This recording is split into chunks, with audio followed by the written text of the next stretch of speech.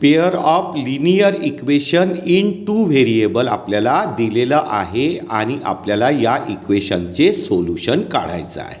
तर पहिल्या कंडिशनमध्ये जर एक्स टर्मचे कोइफिशियंट आणि वाय टर्मच्या कोइफिशियंटचा रेशो जर इक्वल नसेल तर त्या लाईन्स कशा असतात, इंटरसेक्टिंग लाईन, आणि 1 पॉईंटमध्ये इंटरसेक्ट करत असल्यामुळे एक्झॅक्टली 1 सोल्युशन म्हणजे त्या इक्वेशनला युनिक सोल्युशन असते.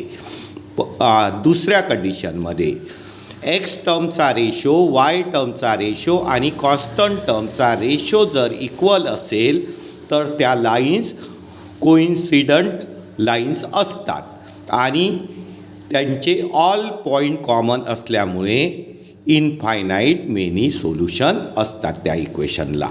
आणि तिसऱ्या कंडिशनमध्ये एक्स टर्मचे कोइफिशियंट आणि वाय टर्मचे कोइफिशियंट इक्वल असेल आणि कॉन्स्टंट टर्मचे कोइफिशियंट इक्वल नसेल तर त्या लाईन्स कशा असतात, पॅरलल लाईन असतात आणि त्या एकमेकाला इंटरसेक्ट होत नसल्यामुळे त्या इक्वेशनला, लिनियर इक्वेशनला सोल्युशन नसते, नो सोल्युशन.